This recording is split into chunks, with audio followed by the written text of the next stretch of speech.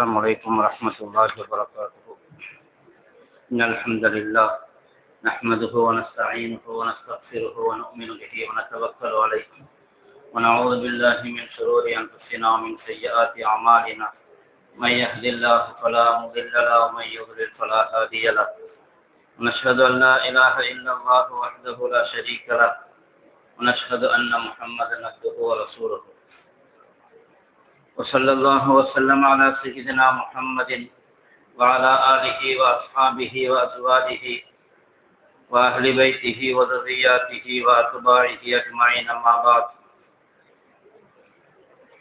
فقد قال الله تعالى في القرآن العظيم والفرقان المجيد: أعوذ بالله من الشيطان الرجيم. بسم الله الرحمن الرحيم.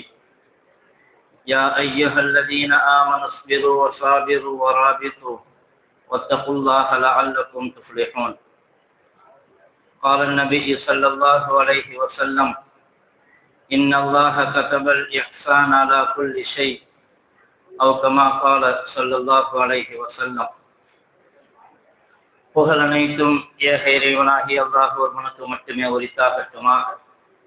அல்லாஹினுடைய ஸலாத்தும் ஸலாமும் அன்பும் அருளும் நம் உயிரினும் மேலான முஹம்மது ரசூலுல்லாஹி ஸல்லல்லாஹு அலைஹி வஸல்லம் அவர்களின் மீதும், அன்னவர்களுடைய தோழர்கள், குடும்பத்தார்கள், அவர்களை பின்பற்றி வந்த தாபிஈன்கள், தபஅ தாபிஈன்கள், ஃபுகஹாக்கள், ஷுஹதாக்கள், நல்லவர்கள் நம் அனைவரின் மீதும் என்றென்றும் நின்று நிலவட்டுமாக. அல்லாஹ்வினுடைய மேலான ரஹ்மத்தையும் அவருடைய பொருத்தத்தையும் பெற்றுக்கொண்ட நல்லடியார்களுடைய கூட்டத்திலே அல்லாஹ் நம்மை கபூல் செய்தருள்வானாக. வாழும் காலமெல்லாம் நிம்மதியாகவும் ஆரோக்கியமாகவும் வாழக்கூடிய பெரும் பாக்கியத்தை ரப்புல் ஆலமீன் நமக்கு தந்தருள்வானாக. வாழ்க்கையின் எல்லா நிலைகளிலும் தக்வா என்னும் இறை எச்சத்தை எடுத்து நடப்பதற்கு அல்லாஹ் தௌஃபீக் செய்தருள்வானாக. கண்ணியத்திற்குரியவர்களே, பொதுவாக எல்லாரும் விரும்புவது தான் அழகாக இருக்க வேண்டும், தான் சரியாக நடக்க வேண்டும், தன்னுடைய செயல்கள் சிறப்பாக அழகாக இருக்க வேண்டும் என்று. ஒரு மனிதன் தன்னுடைய ஆடை அழகாக இருக்க வேண்டும் என்று விரும்புகிறார், தன்னுடைய செருப்பு அழகாக இருக்க வேண்டும் என்று விரும்புகிறார். ஸல்லல்லாஹு அலைஹி வஸல்லம் அவர்களை சொல்லி இருக்கிறார்கள்: இன்னல்லாஹ ஜமீலுன் யுஹிப்புல் ஜமால். அல்லாஹ் அழகானவன், அவன் அழகை விரும்புகிறான். ஒரு மனிதர் ஆடை அழகாக இருக்க வேண்டும் என்று விரும்பினால் அது தவறில்லை. ஆனால் பெருமையாக இருக்கக்கூடாது. அதே மாதிரி தான் தன்னுடைய பாக்கெட்டில் இருக்கக்கூடிய பேனா முதல் கொண்டு அவர் போட்டிருக்கக்கூடிய கண்ணாடியாகட்டும், அவர் கையில் இருக்கக்கூடிய வாட்சாகட்டும், ஒவ்வொன்றிலும் அக்கறை இருக்கிறது. அது அழகாக இருக்கணும். அது 10 ரூபாய் 20 ரூபாயா பேனாவாக இருக்கலாம். ஆனாலும் பார்ப்பதற்கு லட்சணமாக இருக்கிறதா என்கிற ஒரு சிந்தனை பரவலாக உண்டு. அழகு என்பது, அது சிறப்பு என்பது மனிதனுடைய தபியத்திலே இயல்பிலேயே பதிந்து போன ஒன்று. அதே மாதிரி தான் மார்க்கத்தினுடைய எல்லா காரியங்களும் அழகாக இருக்க வேண்டும், சிறந்ததாக இருக்க வேண்டும். அவனுடைய செயல் எதை செய்தாலும் அது சிறப்பானதாக இருக்க வேண்டும். அது மார்க்க ரீதியான காரியங்களாக இருந்தாலும் சரி, துன்யவி ரீதியான காரியங்களாக இருந்தாலும் சரி. ஒரு காரியம் சிறந்ததாக இருக்க வேண்டும், ஆக வேண்டும் என்று சொன்னால் அதில் 2 விஷயங்கள் முக்கியம். ஒன்று, அதை கவனமாக செய்ய வேண்டும். இரண்டாவது, அதை எச்சரிக்கையாகவும் செய்ய வேண்டும். எதுவும் விடுபட்டு போய்விடக்கூடாது என்பதற்காக அதில் கவனம் இருக்க வேண்டும். அதே போன்று நாம் செய்யக்கூடிய அந்த செயலின் மூலமாக நமக்கு விரும்பத்தகாத எதுவும் நடந்துவிடக்கூடாது என்பதிலும் எச்சரிக்கை இருக்க வேண்டும். கவனமும் எச்சரிக்கையும் எல்லாவற்றிலும் வேண்டும். நம்ம சமைக்கிறதாக இருந்தால் கூட, சாப்பாடு சமைக்கிறாங்க, வீட்டில் பெண்களாகட்டும் சமையல்காரர்களாகட்டும் சாப்பாடு சமைக்கிறார்கள் என்று சொன்னால் அதிலும் கவனமும் தேவை, எச்சரிக்கையும் தேவை. என்ன சேர்க்க வேண்டும் என்பதில் கவனம் தேவை. எது கூடிவிடக்கூடாது. உப்பாக இருந்தாலும் கூட அளவோடு இருக்க வேண்டும், காரமாக இருந்தாலும் அளவோடு இருக்க வேண்டும். அது அளவுக்கு மீறிவிட்டால் அது பின்விளைவுகள் கடுமையானதாக இருக்கும். தேவையானது இருக்க வேண்டும், தேவையில்லாதது வந்துவிடக்கூடாது. கவனக்குறைவு, எச்சரிக்கை இன்மை இல்லை என்று சொன்னால் சமைக்கும் பொழுது உள்ள என்ன விழுதுன்னு கூட தெரியாமல் போயிடலாம். ஏதாவது விஷஜந்துக்கள் உள்ளே விழுந்து விட்டால் அது பெரிய பேராபத்தை உருவாக்கிவிடும். நம்ம கவனமும் எச்சரிக்கையும் உலக ரீதியான காரியங்களிலும் கூட மிக முக்கியம். அதைவிட மிக முக்கியம் மார்க்க ரீதியான காரியங்களிலும். அல்லாஹ் ஸல்லல்லாஹு அலைஹி வஸல்லம் அவர்கள் சொல்லுவார்கள்: இன்னல்லாஹ கதபல் இஹ்சான் அலா குல்லி ஷை. அல்லாஹ் எல்லா விஷயங்களையும் சிறப்பாக செய்யுமாறு கட்டளையிட்டு இருக்கிறார். எந்த காரியத்தை செய்தாலும் முறையாக செய்யுங்கள், சிறந்ததாக செய்யுங்கள், செம்மையாக செய்யுங்கள். அதை குறைவுபட செய்யாதீர்கள், அதை நிறைவுபடாமல் நிறுத்தி விடாதீர்கள். முழுமையாக செய்யுங்கள், முறையாக செய்யுங்கள், நிறைவாக செய்யுங்கள்.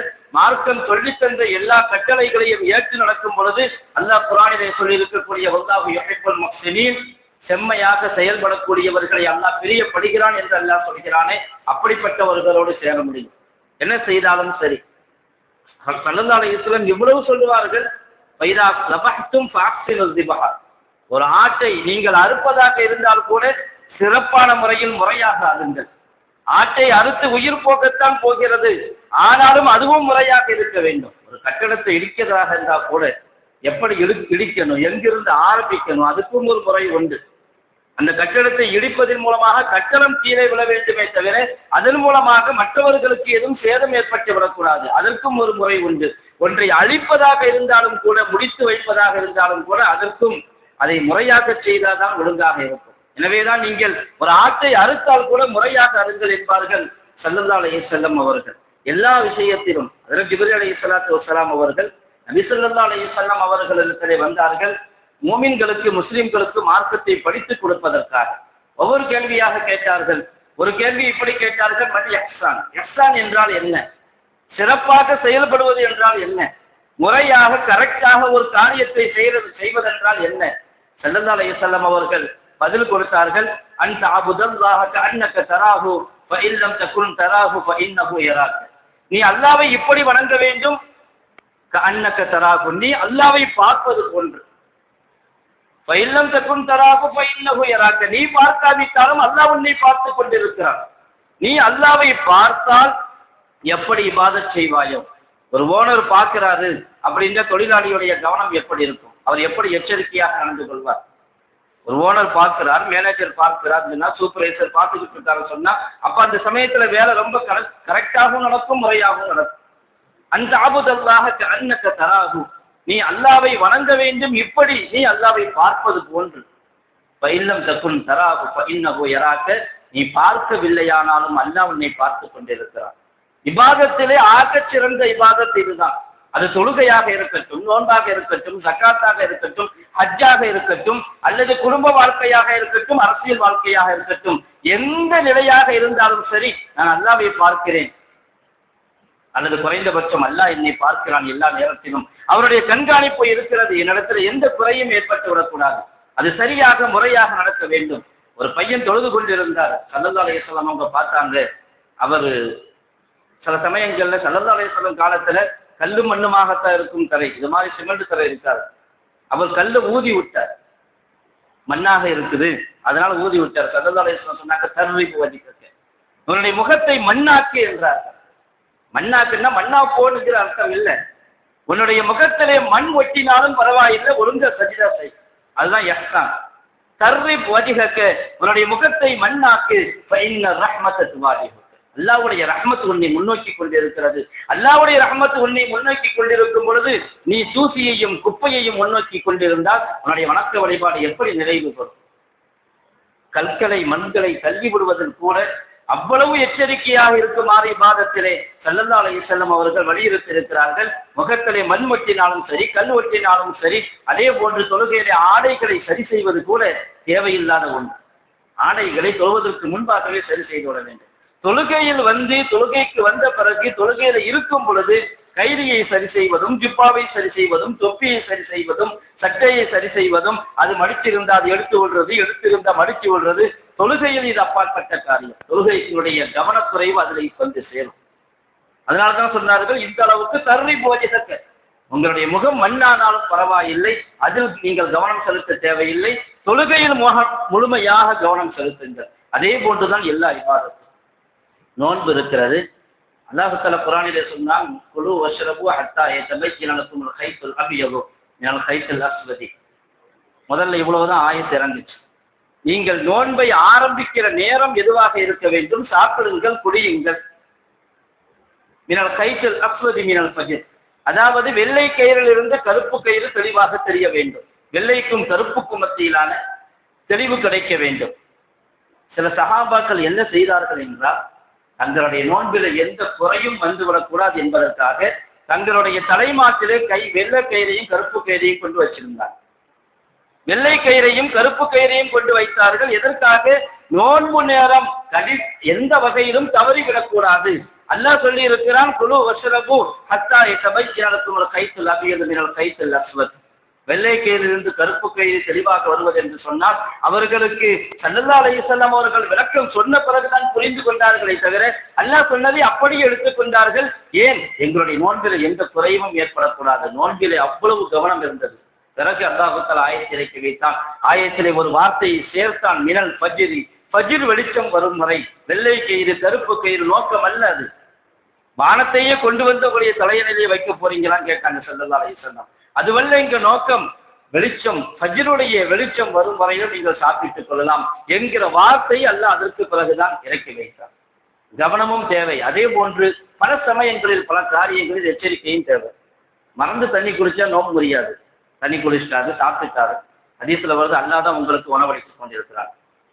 நீங்கள் மறந்தீர்கள், நோன்பினுடைய ஞாபகமே இல்லை, தண்ணி குடிச்சார். ஆனா கவனமாக இருக்கணும். ஒரு மனிதர் வந்தார், அபூ ஹுரைரா ரலியல்லாஹு தஆலா அவங்கள்ட்ட, அபூ ஹுரைரா, நான் நோன்பு வச்சிருந்தேன், மறந்தாப்புல தண்ணி குடிச்சிட்டேன். அப்போ அவங்க சொன்னாங்க, மறந்து தண்ணி குடிச்சா நோன்பு முடியாது, உனக்கு அல்லாஹ் தான் உணவளித்து இருக்கிறான், அதனால பிரச்சனை இல்லை அப்படின்னு அனுப்பி விட்டாங்க. திரும்ப இன்னொரு தடவை வந்தாரு ஹஜ்ரத் அபூ ஹுரைரா ரலியல்லாஹு தஆலா அவங்கள்ட்ட. அப்பவும் அதே விஷயத்தை சொன்னாரு, நான் மறந்து தண்ணி குடிச்சிட்டேன். அப்பவும் சொன்னாங்க, அபூ ஹுரைரா ரலியல்லாஹு அன்ஹு, உங்க நோம்பு முடியாது, மறந்து குடிச்சா சார் நோம்பு முடியாது, அல்லாஹ் உங்களுக்கு தண்ணீர் புகட்டி இருக்கிறான்னு சொல்லி அனுப்பிட்டாங்க. மூணாவது தடவையும் அதுக்கு பிறகு ஒரு தடவை வந்தார். அப்பவும் வந்து சொன்னாரு, மறந்து தண்ணி குடிச்சிட்டேன். அதை அபூ ஹுரைரா பார்த்தாங்க, இந்த ஆள் எந்த நோம்பு வைக்கிறான், தண்ணி குடிச்சா நோம்பு முடியாது, மறந்து குடிச்சா நோம்பு முடியாதுங்கிறது வேற விஷயம். அதுக்காக ஒவ்வொரு தடவையும் குடிச்சிட்டு மறந்து குடிச்சேன்னு சொன்னாங்க. அபூ ஹுரைரா, நீங்க நோம்பு வச்சு பழகவே இல்லைன்னா இது ஒரு கவனக்குறைவு, எச்சரிக்கையின்மை. நோன்பில மறந்து குடிச்சா நோம்பு முடியாதுங்கிறதுக்காக ஒவ்வொரு தடவையும் குடிச்சிட்டு நான் மறந்துட்டு தான் குடிச்சேன் அப்படின்ட்டு ஒண்ணு மறந்து குடிக்கிறது ஒண்ணு இருக்குது. நாம மறந்து குடிச்சதாக முடிவு பண்றது ஒண்ணு, அங்க மறந்துட்டோம் அப்படின்னு. அது அபூ ஹுரைரா ரலியல்லாஹு சொன்னாங்க, நீங்க நோம்பு வச்சு பழகலைன்னாங்க. நீங்க மறந்துட்டீங்கன்னு சொல்றது பெரிய விஷயம் அல்ல, ஆனால் எச்சரிக்கை தேவை, கவனம் தேவை. அது குழம்பி போய்விடக்கூடாது, அது முறிந்து போய்விடக்கூடாது, அது முறை தவறி போய்விடக்கூடாது என்பதில். அதே சமயத்தில் கவனம் எதிரும் இருக்க வேண்டும். ஒருத்தர் ரொம்ப பொதுவாக சொல்லுகிறாங்க, தொழுகையில் அவ்வளவு கவனம் சிதறவே இல்லை, அல்லாஹ்வை பார்ப்பதாகவே தொழுது கொண்டிருக்கிறார். ஆனால் இவ்வளவு கவனத்தோடு தொழுகிறாரு, கடைசியில பார்த்தா எத்தனை ரக்காத் தொழுதுன்னு ஞாபகத்தில் இல்லை, 4 ரக்காத்தா 5 ரக்காத்தா. இதுக்கு இந்த குசுவையும் மார்க்கம் தேவை. இது எச்சரிக்கை இல்லாமல் கவனம் இல்லாமல் தொழுகிற தொழுகை, இதுவும் அதில் சேரும். ரொம்ப கவனமாக இருக்குன்னு சொல்லி எத்தனை ரக்காத்துங்கிறது கூட மறந்துட்டார். 3ஆ 4ஆ 5ஆ. மறதி என்பது மனிதனுக்கு யதார்த்தம். ஏங்க மறந்துட்டீங்க? நான் ரொம்ப அல்லாஹ்வுக்கு அப்படியே நினைச்சு சொல்றேனா, தொழுகையில் அவ்வளவு மும்முரமாக இருந்தனா எனக்கு எத்தனை ரக்காத் சொல்றேன்னா, இப்படியே 3 தடவை 4 தடவை தொழுதாங்கன்னு சொன்னா எத்தனை ரக்காத்து குது இருக்கணும், தொழுகையில உள்ளச்சம் இருக்கணும், நான் எத்தனையாவது ரக்காத்துல இருக்கிறேங்கிறதும் ஞாபகத்தில் இருக்கணும். நான் இப்ப சூரத்துல் ஃபாத்திஹா ஓதுறேன்னு சொன்னா நான் சூரத்துல் ஃபாத்திஹா ஓதுறேன் அப்படிங்கிற நினைவு இருக்கணும். எதையாவது நினைச்சிட்டு சூரத்துல் ஃபாத்திஹா ஓதக்கூடாது. அப்போ 3ஆவது ரக்காத்துல நிற்கும் போது ஞாபகம் வரணும், 1ஆவது ரக்காத்துல சூரத்துல் ஃபாத்திஹா ஓதுனமா இல்லையா அந்த நினைவு வரும். ஓதணுமா தெரியலையே, ஓதல் இமாமுக்கு பின்னால் இருந்து அனுப்பி பொறுத்தவரையிலும் ஒண்ணுமே ஓத தேவையில்லை என்பது வேறு விஷயம். தனியாக நிற்கும் பொழுது சொல்லும் பொழுது சலாம் கொடுத்து முடிச்சுட்டாரு, சலாம் கொடுத்து முடிச்சு வெளியே போனார், அத்தஹியாத்தில் உட்கார்ந்தாமே அத்தஹியாத்து மட்டும் ஓதனமா, அத்தஹியாத்து சலவாத்தும் ஓதனமா பல சமயங்கள்ல. அதே மாதிரி ஒது செஞ்சு முடிச்சிருப்பாரு, ஒது செஞ்சு முடிக்கும் பொழுது தலைக்கு மசால் செஞ்சமா இல்லையா, இதுவெல்லாம் கவனக்குறைவு, எச்சரிக்கையின்மை. ஒது செஞ்சு முடிஞ்ச பிறகு ஒது செய்யும் பொழுது நான் ஒது செய்கிறேன் அப்படிங்கிற கவனம் இருந்து அது மாதிரியாக வராது. ஒரு டீ குடிக்கும் போது கூட பேப்பர் படிச்சுட்டே டீ குடிக்கிறதுக்கும் நான் டீ குடிக்கிறேன்னு நினைச்சு டீ குடிக்கிறதுக்கும் வித்தியாசம். பேப்பரை படிச்சுக்கிட்டே டீயை குடிச்சிட்டு இருப்பாரு, அது இப்போ மொபைல் தான், மொபைலை பார்த்துக்கிட்டே டீ குடிப்பாரு. கிளாஸ்ல டீ காலியாக இருக்கும், ஆனால் மொபைலை பார்த்துட்டு இருப்பாரு. காலியான கிளாஸ் 2வது தூக்கி வாயில வைப்பார். டீ முடிஞ்சிச்சு, டீ என்ன டேஸ்ட்டு, அதனுடைய ருசி என்ன, அதனுடைய ரசனை என்ன, ஒண்ணுமே தெரியாது. ரசனை தெரியாது, எந்த கவனமும் இல்லை என்றால் அதே மாதிரிதான் தொழுகையிலையும் என்ன ஓதணும்னு தெரியலன்னு தொழுகையுடைய ரசனையே இல்லை. கவனக்குறைவும் எச்சரிக்கையின்மையும் இருக்குது. அது நம்முடைய அமல்கள் அப்படி ஆகக்கூடிய நிலைக்கு தள்ளி போய்விடும். ஸல்லல்லாஹு அலைஹி வஸல்லம் இவ்வளவு சொன்னாங்க, தொழுகையில குஷூக்குதோட நிக்கணும். ஏதாவது முன்னாடி பாம்பு ஓடுதுன்னு வைங்க, பாம்பு ஓடுனா பரவாயில்லை, நான் அப்படியே நிக்கிறேன்டா நம்மளே வந்து கொத்திடுவாங்க. அந்த சமயத்துல சிலர் சொன்னாங்க, இன்னல்லாஹ் ஐயா, அதாவது அமர் ரசூலுல்லாஹி ஸல்லல்லாஹு அலைஹி வஸல்லம் கத்லில் அஸ்வதைனி ஃபி ஸலாத், தொழுகையிலே பாம்பையும் தேளையும் கொல்லுமாறு ஏவினார்கள். தொழுகையிலே பாம்பையும் தேளையும் கொல்லுங்கள் என்று சொன்னார்கள் ஸல்லல்லாஹு அலைஹி வஸல்லம் அவர்கள். ஏனென்றால் பாம்பும் தேளும் உங்களுக்கு தீங்களிக்கக்கூடியது. அந்த சமயத்துல ரொம்ப உள்ளிட்டு தொழு நிக்கிறேன்னு சொல்லிட்டு அந்த பாம்பையும் தேளையும் கண்டு கொள்ளாமல் என்றால் அது நம்முடைய உயிருக்கே உலை வைத்தது. அதற்கடுத்து இதல்ல, ஸல்லல்லாஹு அலைஹி வஸல்லம் பாம்பு தேளை தொழுகையில கொல்ல சொல்லியிருக்கிறாங்க, அதனால ஒரு தேளை முன்னாடி பிடிச்சி தக்பீர் கட்டிட்டு கொள்ளணும்னு அர்த்தம் கிடையாது. வந்தால் நமக்கு முன்னால் ஒருத்தர் போய் கிணறு இருக்குது, பார்வை இல்லாத ஒரு நபர் வர்றாரு, கிணத்துல போய் உழ போறாரு அப்படின்னா அந்த சமயத்தில் தொழுகையை முடிச்சுட்டு அவரை போய் காப்பாற்று. ஸல்லல்லாஹு அலைஹி வஸல்லம் அவர்களை சொல்லுவார்கள், வல்லாஹி இன்னி லா அஸ்மஉ புக்கா அஸ்ஸபீஇ வஅனா ஃபி ஸலாஹ் ஃபஉகஃபிர், நான் தொழுகையில நிற்பேன், அப்பொழுது சின்ன குழந்தைகளுடைய அழுகை சத்தத்தை கேட்பேன், சின்ன குழந்தையுடைய அழுகை சத்தத்தை கேட்பேன். பெண்களும் பள்ளிக்கு வருவார்கள். நபி ஸல்லல்லாஹு அலைஹி வஸல்லம் உடைய காலத்தில் குழந்தையினுடைய அழுகை சத்தத்தை கேட்ட உடனே நான் தொழுகையை சுருக்கமாக முடித்துக் கொள்வேன். ஏனென்றால் இன்னி அகாஃபு அன் துஃப்தன உம்மு, அந்த குழந்தையுடைய தாய் சோதிக்கப்பட்டு விடுவாளோ என்று நான் பயப்படுகிறேன். தாயுடைய தொழுகை வீணாய் போய்விடக்கூடாது என்பதற்காக நான் சுருக்கமாக முடித்துக் கொள்வேன். தொழுகையில நிற்கும் பொழுது குழந்தை அழக்கூடிய சத்தத்தை காதில் விழுவதினால் தொழுகையில் உள்ளச்சம் இல்லை என்று அர்த்தம் இல்லை. ஆனால் இமாமாக நிற்பவர்கள் மாமூமை கவனிக்க வேண்டும் என்பது முக்கியம். அந்த சமயத்தில் அவர்கள் நான் காதல் விழும் குழந்தையுடைய சத்தம், அழுகை சத்தம், கவனம் தேவை. அதே சமயத்தில் எச்சரிக்கையாகவும் இருக்க வேண்டும். இதனுடைய கெட்ட விளைவுகள் எதுவும் ஏற்பட்டு விடக்கூடாது.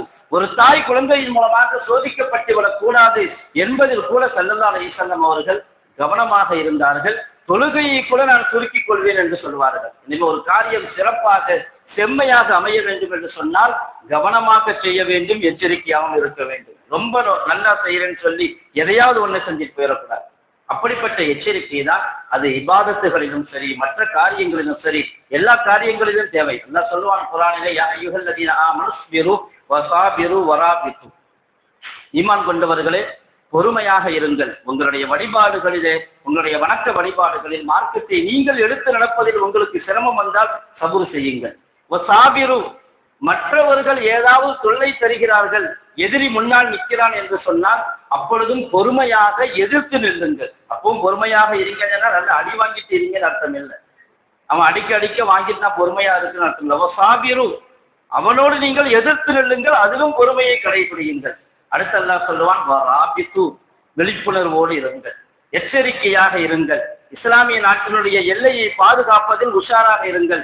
நாட்டினுடைய எல்லையை மட்டுமல்ல, மார்க்கத்தினுடைய எல்லையை பாதுகாப்பதில் உஷாராக இருங்கள். உங்களுடைய எதிரி உங்களை எப்படி தாக்க வருகிறான் என்பதிலே எச்சரிக்கையாக இருங்கள், கவனமாக இருங்கள், காரியங்களை கவனமாக கையாளுங்கள். அல்லாஹு தஆலா குர்ஆனிலே வராபித்து, தொழுகையில கூட யுத்தகலத்திலையும் மார்க்கம் தொழணும்னு சொல்லுது. யுத்தகலத்திலையும் மார்க்கம் தொழணும்னு சொல்லுது. எப்படி? அதற்கும் கூட வழிமுறையை சொல்லிக் கொடுக்கிறது. யுத்தம் நடக்க ஆரம்பிக்கவில்லை, எதிரிகள் நிற்கிறார்கள் என்று சொன்னால் அந்த சமயத்திலே இமாம் ஜமாத்து நடந்து கொண்டே இருக்க வேண்டும். கொஞ்சம் பேர் அங்கே இருக்கணும், கொஞ்சம் பேர் இங்கே இருக்கணும், மாறி மாறி வந்து தொழுதுட்டு போவாங்க. அந்த சமயத்திலையும் தொழுகை விடக்கூடாது. ஆனால் தொழுகை நடந்து கொண்டிருக்கும் பொழுது குர்ஆன் சொல்லும், தொழுகையில் இருக்கும் பொழுது கவனமாக, எச்சரிக்கையாக, உஷாராக நில்லுங்கள். ஏனென்றால் இது யுத்தக்களம். எதிரி எங்க வந்து எப்ப தொழுகிறானோ அப்பதான் அடிக்க வருவான். இவங்கெல்லாம் கவனம் நல்ல குசுவக்குதோட தொழுது கொண்டு இருப்பாங்க. அந்த சமயத்துல வந்து தாக்க வருவாங்க. நீங்க இதுலகும் மட்டுமல்ல அஸ்லிஹத்தஹும், தங்களுடைய ஆயுதங்களையும் கையில வச்சுக்கிறது. தக்பீர் கட்டி நிற்கும் பொழுது கூட யுத்தத்திற்கான ஆயுதங்கள் கையில இருக்கணும். ரொம்ப உஷாரா நில்லுங்க, எச்சரிக்கையாக இருங்க என்று அல்லாஹ் தஆலா குர்ஆனிலே சொல்லுவான். தொழுகை என்பது ஆகச் சிறந்த இபாதத். அந்த இபாதத்தை பயன்படுத்தி கூட எதிரிகள் நம்மை தாக்குவதற்கு சந்தர்ப்பம் கொடுத்து விடக்கூடாது என்பதற்காக வேண்டி தொழுகையிலும் நீங்கள் ஆயத்தை வைத்துக் கொள்ளுங்கள், எச்சரிக்கையாக இருங்கள் என்று அல்லாஹ் சொல்லுவான். அப்படியானால் நம்முடைய இபாதத்துகளின் மீது உள்ள கவனம், வெளியிலிருந்து வரக்கூடிய ஆபத்தை நம்மை அது திசை திருப்பி விடக்கூடாது, கவனத்தை திருப்பி விடக்கூடாது. நாம் தொழுகையில் எப்படி கவனமாக இருக்கிறோமோ, நோன்பில் எப்படி கவனமாக இருக்கிறோமோ, அதே போன்று நமக்கு வரக்கூடிய ஆபத்துகளிலிருந்து எச்சரிக்கையாகவும் இருக்க வேண்டும். அதை தடுத்து நிறுத்துவதற்கான முயற்சியும் செய்ய வேண்டும். கடந்த வாரமே இந்த வாக்கு படிவங்களை பற்றி நாம் பேசியிருக்கிறோம் தெளிவாக. இப்பொழுது வாக்கு படிவங்கள் கொடுக்கப்பட்டு கொண்டிருக்கிறது. பல சமயங்களில் பலருக்கும் அதை பற்றி விவரம் இல்லாததினால் அதை கண்டுகொள்ளாமல் இருப்பதாக கூட தகவல் வருகிறது. இதில் எச்சரிக்கையாக இருக்க வேண்டும். அதாவது அதை முழுமையாக நிரப்பி கொடுப்பதில்லை. நமக்கு வரவில்லை என்று சொன்னால் அதை வர வைப்பதிலும் கவனம் செலுத்த வேண்டும். நமக்கு தெரியவில்லை ஆனால் தெரிந்தவர்களிடத்திலே கேட்க வேண்டும். அதே போன்று தெருவில் இருக்கக்கூடியவர்கள் நல்ல தெளிவானவர்கள், விவரம் தெரிந்தவர்கள், மற்றவர்களுக்கு உதவ வேண்டும். தமிழகத்தினுடைய தேர்தல் ஆணையர் கூட சொல்லியிருக்கிறார், யாராவது வாக்கு படிவத்தை நிரப்பி கொடுக்கல் என்றால் அவங்களுடைய பெயர் வாக்காளர் லிஸ்டில் நீக்கப்படும். இப்படி சொல்லலாம், நீங்க வாக்காளர் படிவத்தை நிரப்பி கொடுங்க, உங்களுடைய பேரை பாதுகாத்துக்குங்க. ஆனா அதுக்கு மேல கொடுக்கலன்னு சொன்னா நீக்கப்படுஞ்சுன்னா நீக்கிறதுலையே குறியா இருக்கிற மாதிரி தெரியுது. நீங்கள் கொடுக்கவில்லை ஆனால் உங்களுடைய பெயர் லிஸ்ட்ல இருந்து தூக்கப்படும் என்று சொல்லியிருக்கிறாங்க. இதை பல அரசியல் கட்சி தலைவர்கள் கடுமையாக எச்சரித்திருக்கிறார்கள். இது சாதாரணமான வார்த்தை அல்ல, வேறொரு திட்டத்தை செயல்படுத்துவது போன்று தெரிகிறது என்று. எனவே படிவங்களை நிரப்பி கொடுப்பதில் கவனமாக இருக்க வேண்டும். எப்படியாவது படிவங்கள் வந்துவிட்டதா வரவில்லையா என்பதை கவனத்தில் கொண்டு இரண்டில் ஒன்றை நாம் வைக்க வேண்டும், மற்றொன்றை அவர்களிடத்திலே ஒப்படைக்க வேண்டும். அதை முறையாக நிரப்பி கொடுத்து தேவைப்பட்டால் ஆவணம் என்பது இப்பொழுது தேவையில்லை என்று சொல்கிறார்கள். தேவைப்பட்ட சமயத்தில் தான் ஆவணத்தை கொடுக்க வேண்டியிருக்கும். ஆனால் ஃபார்மை ஃபில் பண்ணி கொடுக்க வேண்டிய பொறுப்பு நமக்கு இருக்கிறது. இதில் எச்சரிக்கையாகவும் இருக்க வேண்டும். நம்முடைய எல்லா காரியங்களையும் செய்யும் பொழுது இது மாதிரியான காரியங்கள்ல கவனம் இல்லாமல் இருக்கக்கூடாது. நம்முடைய நல்ல காரியங்கள், நம்முடைய வீட்டு காரியங்கள், குடும்ப காரியங்கள் எல்லாம் நடந்து கொண்டிருக்கிறது. அந்த சமயத்திலே இதற்கும் பெரிய முக்கியத்துவம் கொடுத்து இதை நாம் நிரப்பி கொடுப்பதிலே, நம்முடைய வாக்குகளை பாதுகாத்துக் கொள்வதிலே மிகுந்த எச்சரிக்கையோடு செயல்பட வேண்டும். அல்லாஹ் தௌஃபீக் செய்தல்வானாக. வாக்குறு தாவானா அல்ஹம்துலில்லாஹி ரப்பில் ஆலமீன். அஸ்ஸலாமு அலைக்கும் வரஹ்மத்துல்லாஹி வபரகாத்துஹு.